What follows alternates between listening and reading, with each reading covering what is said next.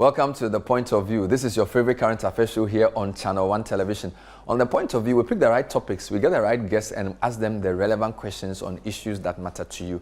Tonight, we'll be looking into the restoration of the banking license, or indeed, the Court of Appeals ruling or judgment that the banking license or the specialized deposits institution license of the GN Savings and Loans be restored to it. They've decided that the Bank of Ghana's decision to revoke their license in 2019 was unfair and unreasonable.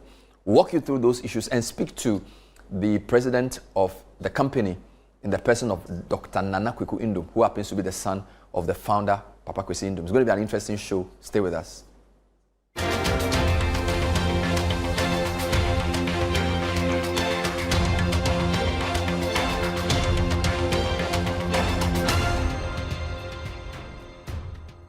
Launching.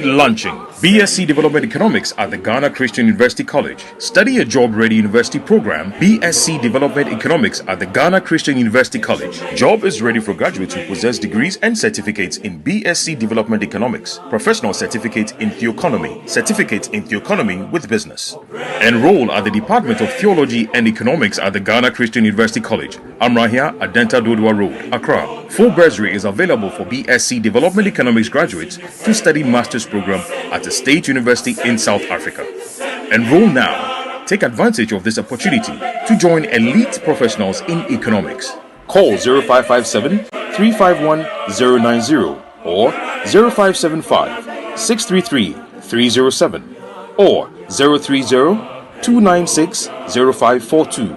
WhatsApp us on 0557 351 090 or you can get in touch online on www.theoeconomy.edu.gh. Powered by the Center for Theology and Economics, CTEC.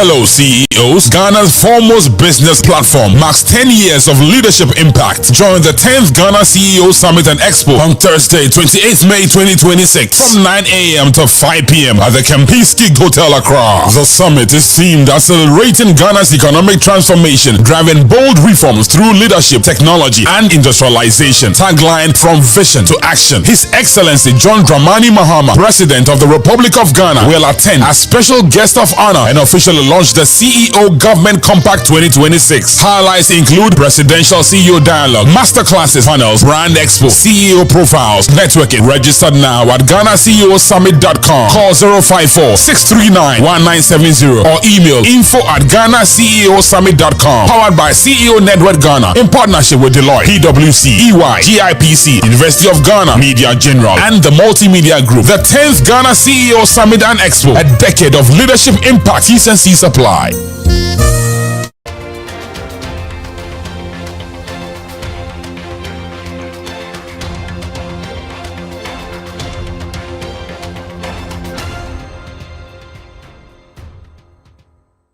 Welcome back. So tonight we'll start off with the state of play. The Court of Appeal has made a very significant decision, and this was over the past week, declaring that the High Court's this initial judgment upholding the position of the Bank of Ghana in revoking the license of GN Savings and Loans was right.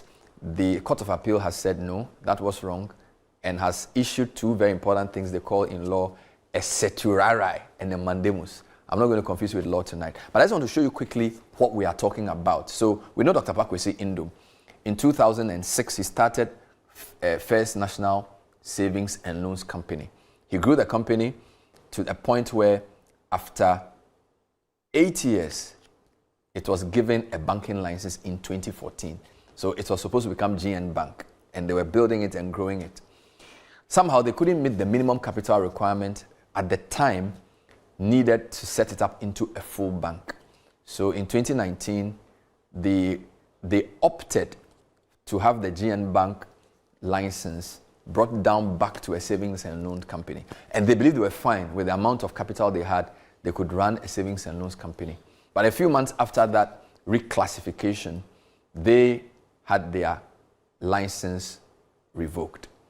And they've been battling it for the past 7 years. So they took the matter to the Human Rights Court, which court decided in 2024 on the matter. But even before they got there were challenges around whether this was even a human rights issue. So this matter went all through, Initially, the court believed that, yes, this is a human rights issue, right? If somebody believes their rights have been violated in the way the license was revoked, it's a human rights issue. The BOG, the AG, and those who were in defense opposed this. So it went all the way to the Court of Appeal, and the Supreme Court had to come to declare that the initial decision that this was the right forum was correct. So this is Groupe Nduom, led by Dr. Papa Kwesi Nduom. We know him from the early 2000s. He was initially an assemblyman for the KEEA before he later became a member of parliament, all right, in the early 2000s under the CPP. He was one of 3 CPP members who were associated at the time with the Kufuor government in 2004. So he was Kufuor's Minister for Energy. He also became a Minister for Economic Planning. Very significant person, highly respected businessman. He, together with Freddie Blay and one Kojo Ama at the time, were the 3 CPP who were part of the MPP majority in 2004. Dr. Nduom is known in Ghana, right? He's founder of Groupe Nduom, which has a number of companies. There was Gold Coast Securities, there's Coconut Grove Hotels and Conferences, and then of course there was First National Savings and Loan, which later became GN Savings and Loan. So we know Dr. Nduom. He ran for president. First, he won the CPP flag bearership race, and later on founded the PPP, the Progressive People's Party. Dr. Nduom is a known person in Ghana. Interesting case. The matter he took to court, there were 3, you can call them appellants. So he, Dr. Nduom in person, and then Coconut Grove Regency Hotels and Conferences, which is a company he owns as the majority shareholder, and then Groupe Nduom were the 3 entities that took this matter to the High Court. Who were the defendants? Of course, the Bank of Ghana is the first respondent, right? And then, of course, the AG. So in most cases, when you sue a government entity, the AG is also to be sued. So Attorney General was in defense. Interestingly, the third respondent was GN Savings and Loans. And I need to explain this. This is important because at the time the suit was filed, GN Savings and Loans was in receivership. So once the license is revoked, the assets and liabilities of the entity are handed over to a government-appointed receiver, accountant Eric Nananipa. So if you wanted to sue the people managing the company as of the time the license had been revoked, you had to then sue GN Savings and Loans. So you notice that the lawyer for the third respondent is Philip Addison, who is the lawyer for the receiver. So in a sense, the receiver, because the company was in receivership, so it's not as if Nduom is suing his own company, because at this time, the company was not in his hands. The company had been taken over and handed to a receiver who was to dispose of his assets. And we'll come back to this receivership issue later. Initially, the lawyer for the Attorney General's department was not Godfrey Dame, because don't forget this was 2019. At the time, Dame was the Deputy Attorney General. So there was a certain lawyer called Akawari Akundan. He was the lawyer before Dame took over. Another interesting point was that Frank Davis was the lawyer for the Bank of Ghana. We know that these days he, among other things, is one of the lawyers for Ken Ofori-Atta, the finance minister. All right. But it's interesting the finance minister was not part of this suit, or the finance ministry was not part of this suit. Although if you read the case, you notice that in the claimants, they would mention the role of the finance ministry, because the main argument of Dr. Nduom's company was that, look, you say we don't have enough capital. The government owes us, and we have been issued interim payment certificate. The Ministry of Finance is supposed to pay us. They haven't paid us. If they pay us all they owe us, which amounts to about 2.2 billion cedis, it will be enough for us to be both solvent and even liquid. That was their main argument. Okay. Another interesting point of fact is that the current AG deputy was lawyer for Nduom. Of course, this was prior to NDC coming into office in 2024. So those are interesting points of fact. All right. So the BOG was the entity that on 16th August 2019 revoked the license of GN Savings and Loan. As I've said, GN Savings and Loan was actually GN Bank. They had received a banking license in 2014 under the previous government. And they say they had 300 and over branches, and they were working to capitalize, because when a license is given, you must put in, shareholders must put in capital, enough money to serve as a buffer. All right. At the time, it was 400 million cedis. They say that if you put together all the amounts that the government of Ghana, through its entities, whether it's Cocoa Board or Road Fund, and all these other entities owed them, it was well in excess of the amount they needed to capitalize, and that they would be in a position of solvency. Now, we need to separate two key issues here. An institution is declared insolvent if it cannot essentially have enough assets over its liabilities. Basically, what it owns versus what it owes. If what you owe is more than what you own, you are insolvent. But there's a more important measure of a company's health, which is liquidity. So you can have land in Kasua, but that doesn't mean you have money to pay salaries. So liquidity is more important than solvency. And it appears that one of the key issues with the bank at the time was lack of liquidity, because some of its people who it owed were complaining that the company could not pay it. All right. So in 2019 August, within the same week that the license was revoked, Dr. Nduom and his two affiliate companies, Coconut Grove Hotels and Groupe Nduom, took the matter to the Human Rights Court. All right. The Human Rights Court sat on the matter. There was a preliminary objection from the respondents that this is not even the right forum. This is not a human rights issue. And that the way the Bank of Ghana Act has been put out, there's a clear procedure for finding resolution to your grievances. The court did not agree. These people took the matter to the Court of Appeal, which seemed to agree with them that this is not the right forum. But the matter went all the way to the Supreme Court. The Supreme Court said, no, this is the right forum, so come back here. Now, when they came back here, the court listened to all the arguments, and in January 2024, it came up with a judgment that said, your license was revoked, but your rights were not abused. It wasn't a human right abuse. There was a cause, because you were insolvent. You didn't have enough assets to override your liabilities. So in a sense, the BOG and this side won the case. But Dr. Nduom took the matter to the Court of Appeal. And the Court of Appeal on 21st May, this is just last week, Thursday, a 3-member panel unanimously said no, the High Court was wrong in saying that these guys were right. That indeed the human rights of GN Savings and Loans was abused, right? And therefore, the court said they've done 3 things. Number 1, they are quashing the decision of the lower court, which is what the Court of Appeal does. In addition to basically saying that thing that the BOG did in August 2019, they've also reversed it. So that's how powerful the court is. The decision to revoke the license of GN Savings and Loan was wrong. So it's been quashed, right? And then number 2, the mandamus. Give them back their license. So you did the wrong thing to them by revoking their license. Give them back their license. That's what the lawyers call mandamus. Give them back their license. And then return their assets to them. Because don't forget, there's a receiver, right? The receiver is the person who has been given the right. Because if a company is insolvent and you revoke his license, there are people it owes. The receiver must manage that process. It's administrative. And the bank, the court is saying, give them back their assets as they are. Because some of those assets may have been sold to third parties. So there's a lot of questions to be asked about what this actually means. So for example, will the Bank of Ghana say, we don't agree with the Court of Appeal, we want to go to the Supreme Court? Will the Bank of Ghana say this? Or they'll say, you know what, this has gone on for too long. The Court of Appeal has quashed the High Court decision. So we have to take steps to return their license to them. So that's one issue that has to be discussed. All right.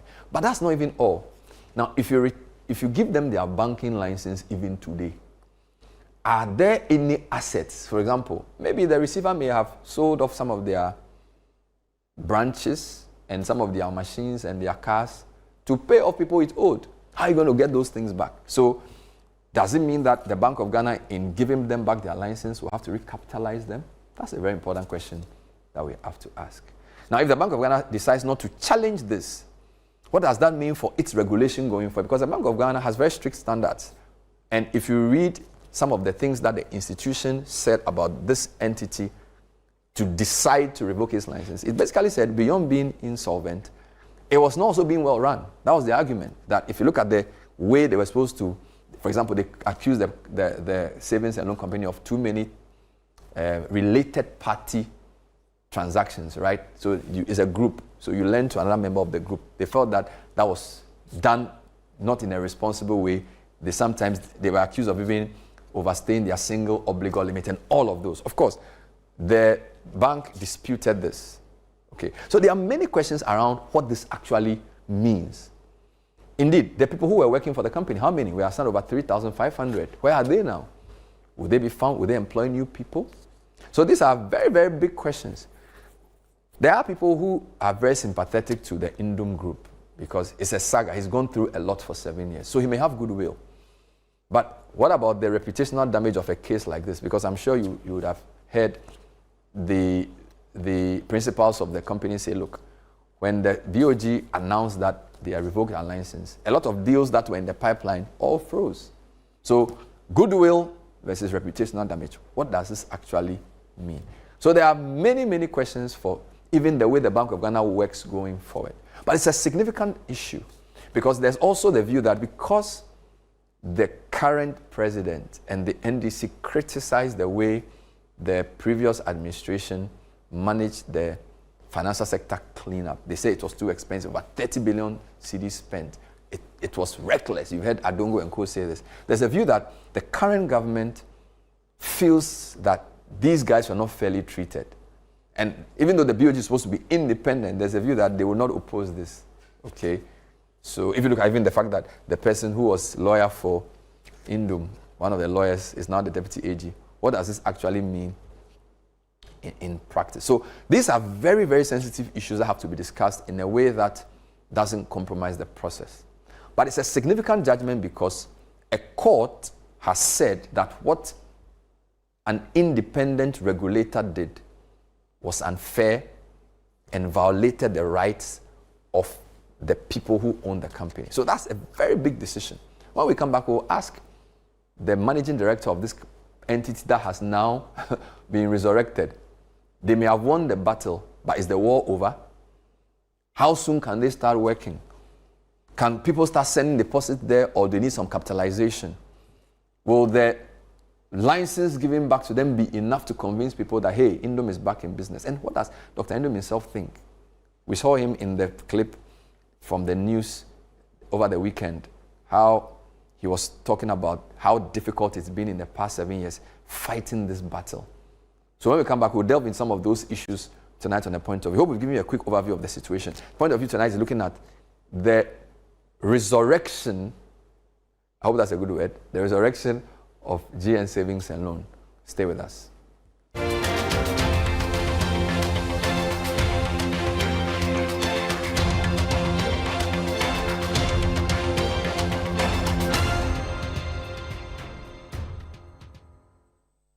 Do you want a healthy smile? Good morning, Raquel. Fresh brewed coffee for you. Oh, thank you, Dr. Maya. Oh, you're welcome. But coffee, tea, red wine, those things cause so much stain on our teeth.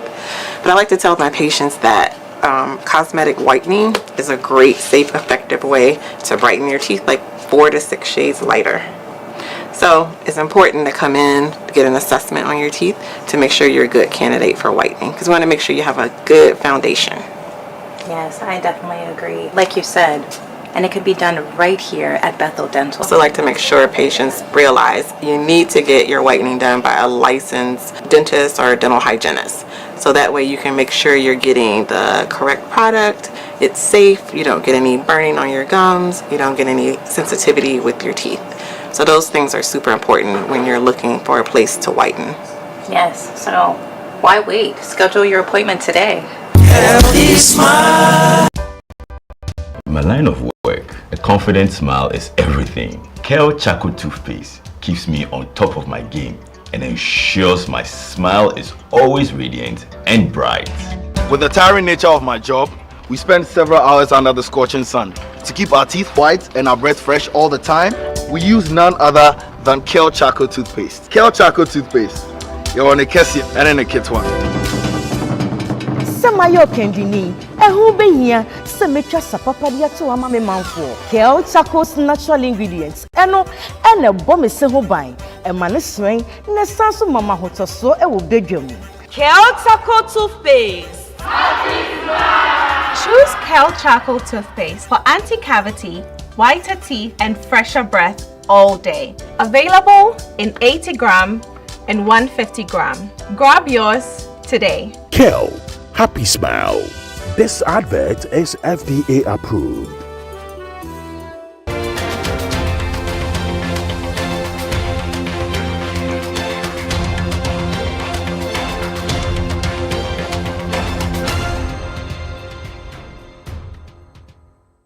Welcome back. So now we have in studio I don't know if it's called the president or managing director of GN Savings and Loans Ghana. Is that the right title? Well, I'm president of Groupe Nduom Ghana. President of Groupe Nduom Ghana? Yes. Wonderful, which includes all the companies within. Correct. So in the past when we say Dr. Nduom, we refer to only one person, but now there's more than one Dr. Nduom. So you are Dr. Kweku?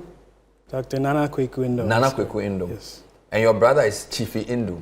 Yes. Is he also doctor? He's not a doctor. He's not a doctor. But we have two physicians. So Lord. There's Dr. Aja. Okay. And Dr. Abba. I see. But what are you, economist, banker, finance guy? What's your background?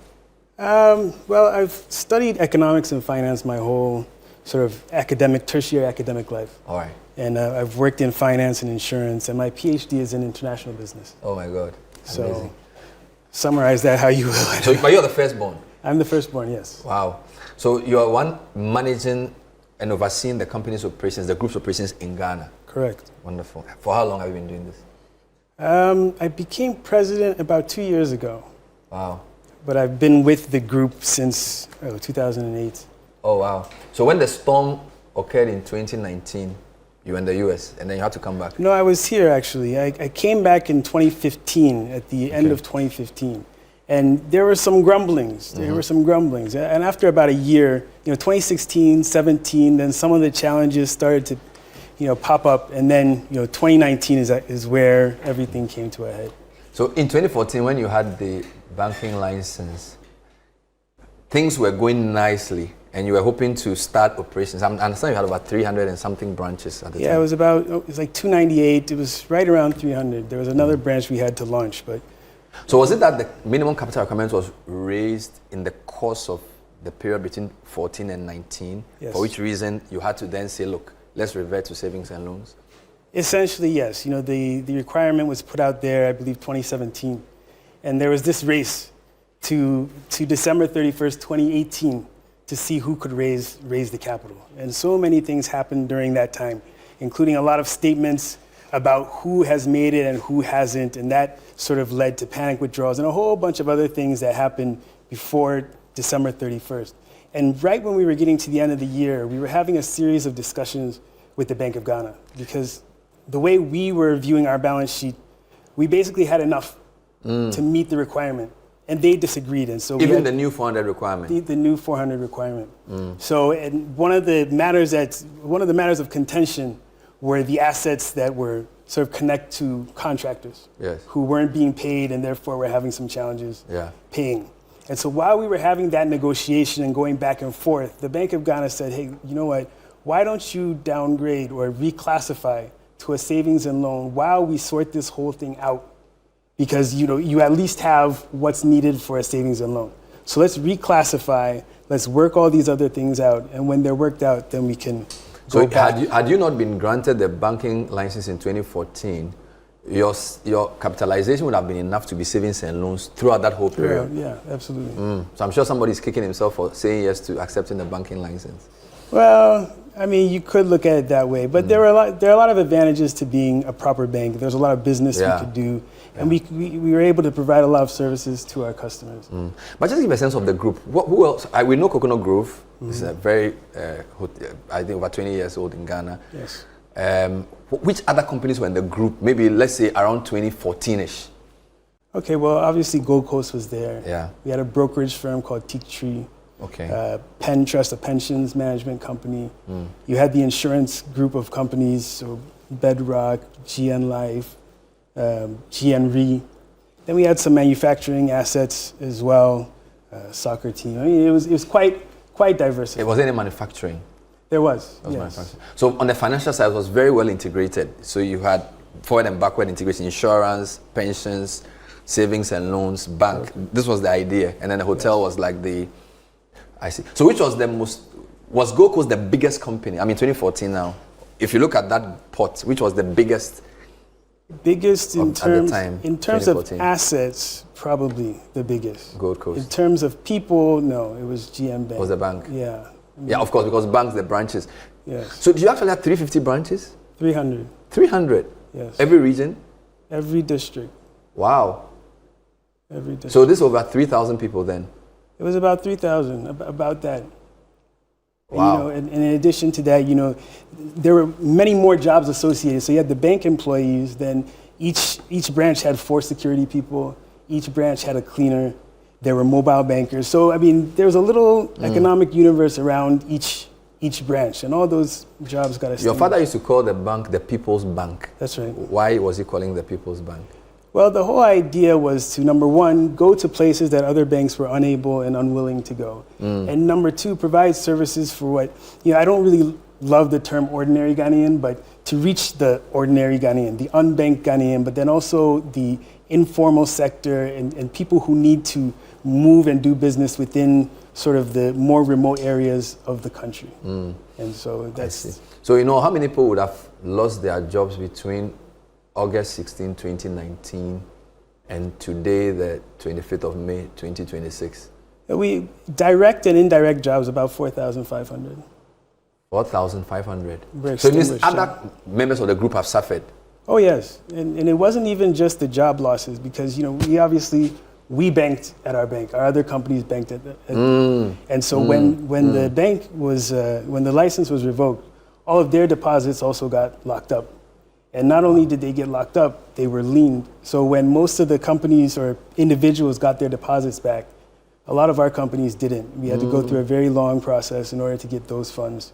So was it because you were in court, therefore they didn't give you access to your funds? I wouldn't say it was tied to court because, we just got out of court. And a number of the companies have gotten their funds. I'd say a number of them, not all of them. So yeah, I mean, I guess the court process was somehow related, but it didn't affect everybody that way.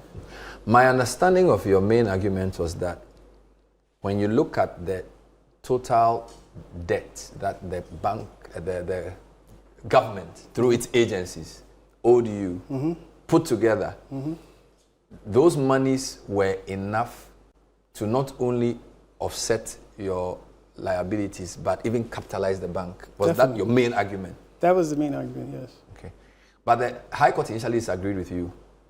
That's correct. They disagree with you because they put the burden of proof on you to prove you are not insolvent. But it appears the Court of Appeal said the BOG should prove that you were insolvent. That seems to be, from an ordinary reading of the two judgments, what changed it. In a sense, the High Court says, they say you are insolvent, prove you are not. The Court of Appeal says no. If you say somebody is insolvent, prove they are insolvent. Okay, well, I think that's one way to look at it. The way I really saw it was that the High Court believed that the Bank of Ghana had done enough to prove that we were insolvent. And the Appeals Court felt that they had not done enough and they had not gone through the right process to prove that we were insolvent. Because it appears you also depended on a report the Bank of Ghana itself, one of its entities, issued on you, which did not recommend a license revocation at the time. I think that report suggested that there should be some actions to sort of tidy things up. And yes, it looks like that was quite significant in the court. I think that played a role. I think it definitely played a role. We haven't gotten the ruling yet. So they summarized it. Okay. But the exact details of what they said, we don't have them yet. So it's kind of hard to see exactly what they were thinking. But what we can glean is, number one, that your license revocation was unfair, and therefore that revocation is quashed. Right. And number two, they should reinstate The license. The license. So those are clear. Those are very clear. And then they also said that your assets in their current form. In their current form, yeah. I think that's... Isn't that interesting? Yeah. So what were you hoping for? Because in their current form sounds like if there's nothing there, then there's nothing for you. Yes. I mean, yeah, you could interpret it that way. I think what other option...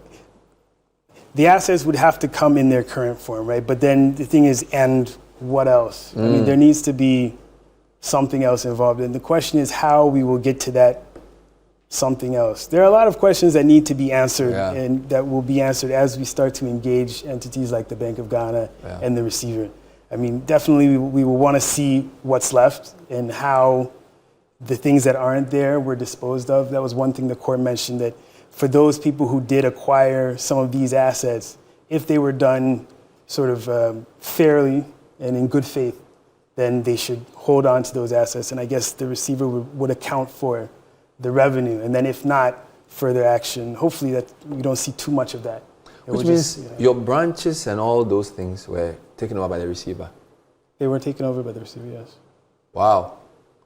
Did you own those buildings, the branches, or they were just rent? A lot of them. You owned a lot of them? We owned a lot of them, and we had actually prepaid rent for quite a few of them as well that has sort of, gone away. And your vehicles, computers? Well, as far as I know, they're all gone. So what does Groupe Nduom own now as we speak? As far as the bank is concerned? The group. You are the president of the group. What do you, I'm talking about, like, what is left of the group? Oh, well, I mean, the other companies are there and they're working. Coconut Grove? Coconut Grove is working. The insurance companies are working. Okay. Penn Trust got its license. All of the companies are pretty much working now, except for, obviously, the bank. And, of course, Gold Coast Securities. And Gold Coast Fund Management, yes, that's right, yes. Management. Yeah, so, at some point, they had required that you separate brokerage from fund management. So Gold Coast Securities was just one company. And so the remaining portion, which was the original Gold Coast, is Teak Tree Brokerage, and it's over 30 years old now. Wow. So that's gone. So the fund management part of it, is and that's another matter that needs to be resolved at some point. Is there another matter in court, or this is the final issue in court? This is the final GN Bank issue. Is Gold Coast in court? There are some actions that I think have been suspended. So depending on how you look at it, you could say yes. But there's no active process. I'll say that. But this outcome from the Court of Appeal is what you were expecting? Yes. Well, it's hard to be optimistic about things. After the past 7 years, you learn not to expect too much because anything can happen. But there was some confidence. I think Dr. Nduom was pretty. I mean, he's always been confident that this will be the final. So he knew he would win, or he was very confident that he would get justice. He was confident that he would get from the beginning. A lot of people during the whole thing, a lot of people are like, do you really need to go through all this? And is it a fool's errand? And there are lots of doubts. But he remained resolute and steadfast. And would you be surprised if the Bank of Ghana disagrees and says we're going to the Supreme Court? I would be surprised only because of the environment that we're working in now. I mean, I don't know that there's much appetite for another round of litigation, going back and forth on this thing, because I think they know that we will fight as long as we need to. But do we cherish having to go do that again? No, we don't. Yeah. Wow. I saw the video of your father in the court. He's decided to grow a grey beard now. Yes. It's like a John the Baptist. And I've heard Nana Ofori-Owusu sound very biblical. Yes. How have you guys sustained the fight? Look, some people lose their minds with such things. Some people leave the country and never come back. Yes. Right? And I hear your dad talking and he's still like, we have hope. Where do you guys get this kind of vim from? I think it's, faith. He's a very religious person. We're a religious family. And I think for him, the belief that what he was doing was the right thing is probably what kept him going. And, you have what you see on social media and the media. It's never the whole picture, right? So behind the scenes, there was a lot of grief, and a lot of time needed to be taken to process what was going on, and we had a lot of discussions about the way forward. Not everybody agreed, so there was a lot that happened that nobody will ever see or hear. But I think he really put a strong face out there, and at the end of the day, he was proven right, at least for now. We're speaking to the Ghana Group CEO of Groupe Nduom, Dr. Nana Kweku Nduom. We're back to wrap up with the way forward, right? So if you want to save with the bank, when can you go to the branch? And how realistic of a timeline should they be looking at to have full-blown operations, if indeed they would do that? This is the point of view. Don't go away.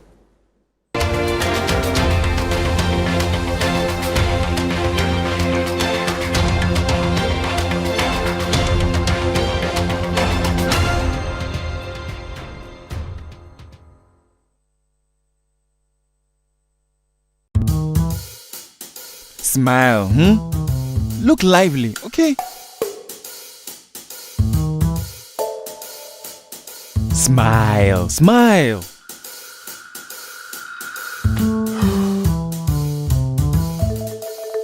Is the money too small?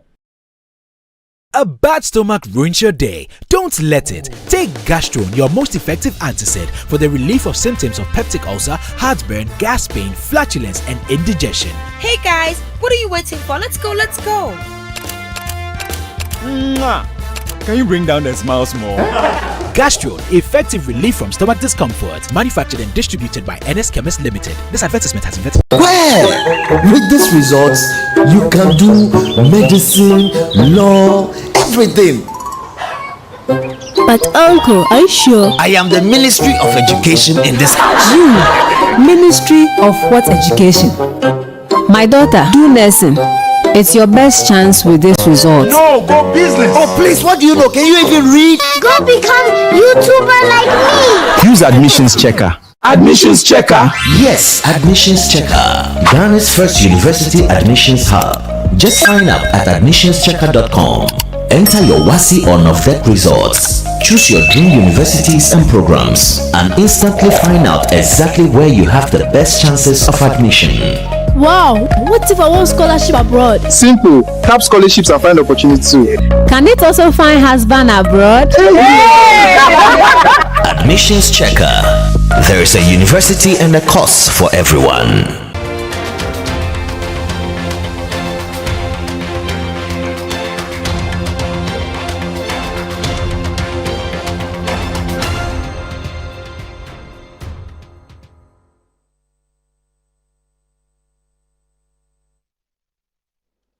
We're back speaking to the Groupe Nduom CEO for Ghana, Dr. Nana Kweku Nduom, financial and economic person, first son of Dr. Pakwesi Nduom, who is known very well in Ghana. Will he do a press conference at some point? Would he do an official? Because I notice he's not been talking that much. He does write a few times. He does do Facebook posts, and sometimes try to reach out to his former staff and stuff. But I don't think he's done a formal interview or media engagement since this whole thing happened. That's right. Yeah. I think there definitely will be one in the next few days. I think we want to see what the judgment actually says. Okay. There are some conversations that are happening now that I think he wants to have, and just sort of take the pulse of certain entities and people. Yeah. And then I think he'll within the next few days you should probably see something from him. Yeah. But it's deliberate. Yeah, we wanted to just make sure we know where we stand before we. So that's very important. Some people say that part of this was politics. Is that how he feels about it? I mean, everything is politics, isn't it? But I mean, I think that our lawyer has said, and we have also said, that despite the post thanking the president, we all of those things mattered, right? But at the end of the day, this thing happened in court, and it was a legal decision. And I hope that people would have enough confidence in the legal system to believe that they did what they believed was the right thing, regardless of the political environment. Because whatever the administration postures is critical, despite what the court says, right? So if the sitting president were against the process in any way, even if you won the victory in court, it will still be very difficult, wouldn't it?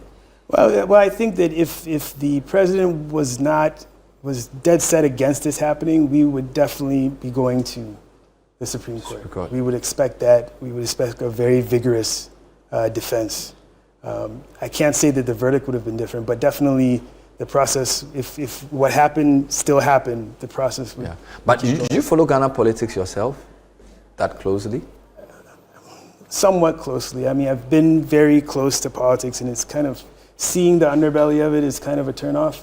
But you know, a lot of people ask me, you know, when I'm going to start running for it, and I always tell them the day after never. It's the day after never. Yes. It's not going to happen for me. But I pay attention to what's going on, and I think, you know, it's very difficult to be successful without being aware of what the political environment is. So you don't want to run for office in Ghana? I wouldn't, well, anywhere. I wouldn't. I don't think I'm a politician at heart. Would any of your siblings consider it? Here in Ghana, definitely not. You know, I don't know. Everybody's talked about Dr. Aja.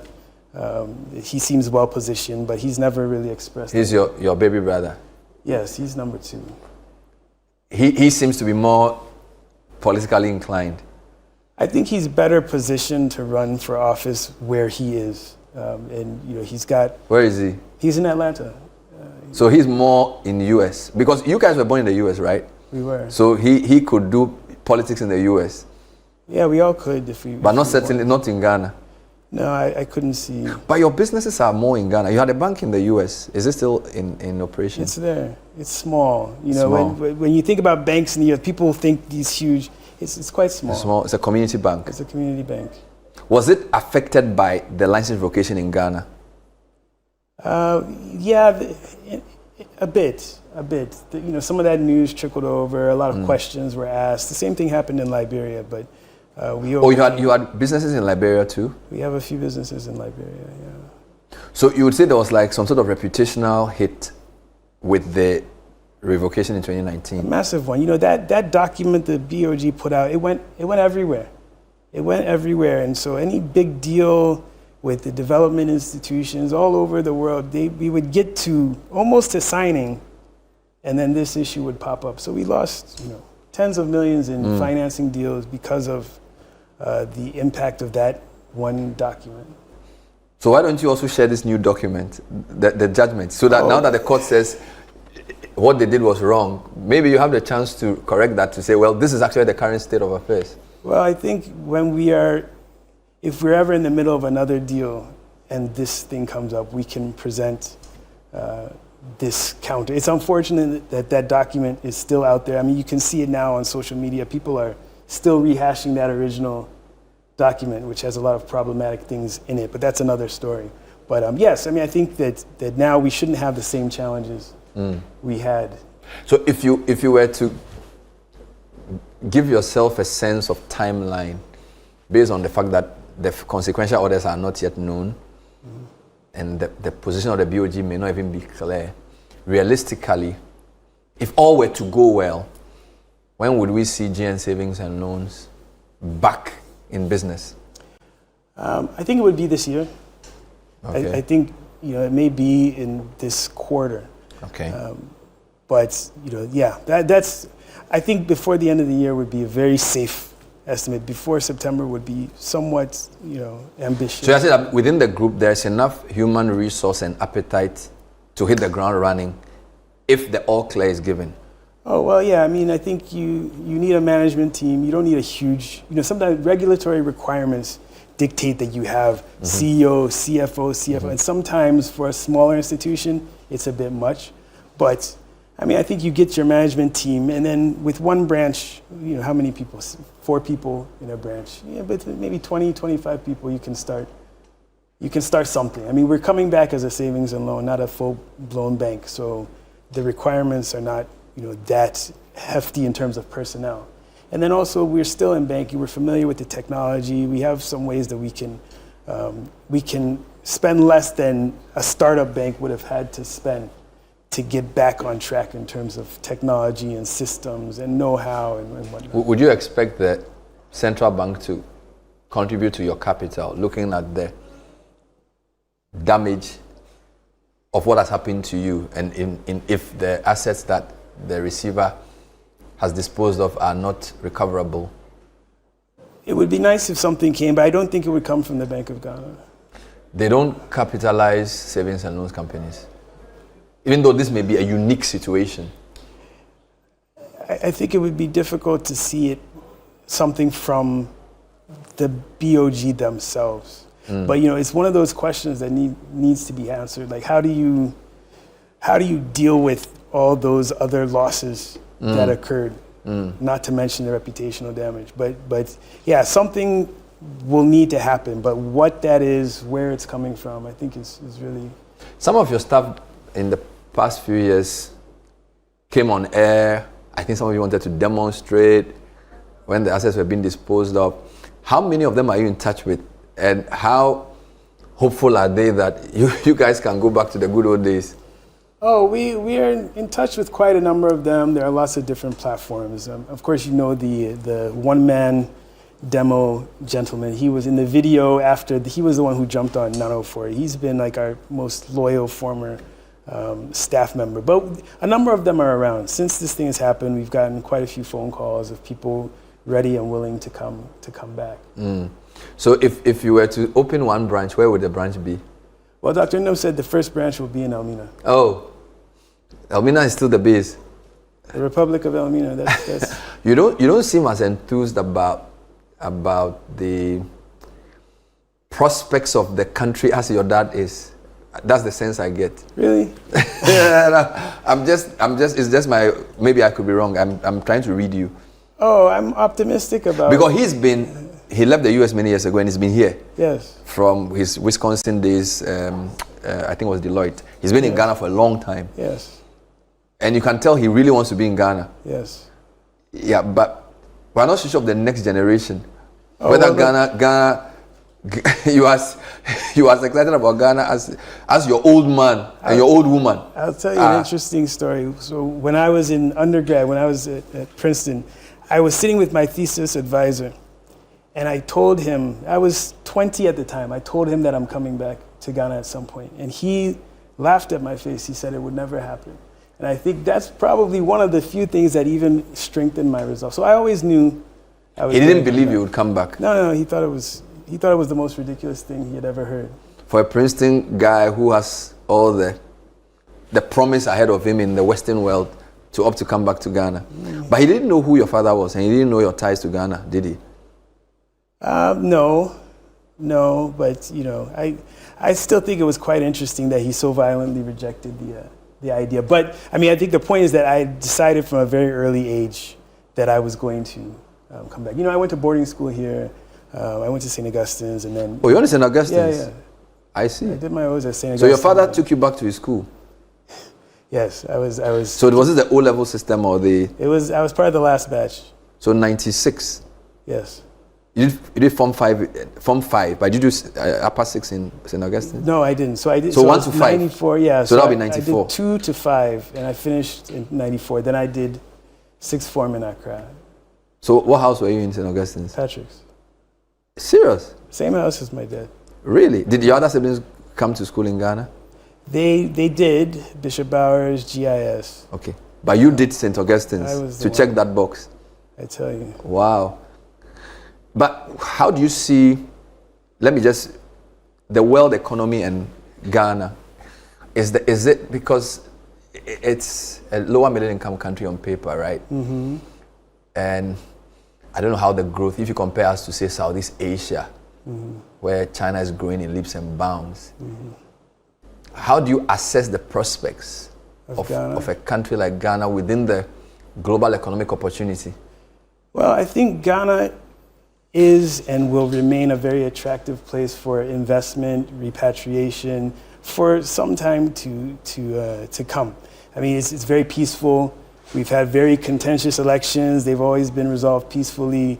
And we've always had open arms for people who come in. And I think we're moving in the right direction. And I think there's a lot of excitement, and I think that excitement is growing. So the so-called economic turnaround and the stability and the IMF program conclusion, what do they mean for an institution like yours?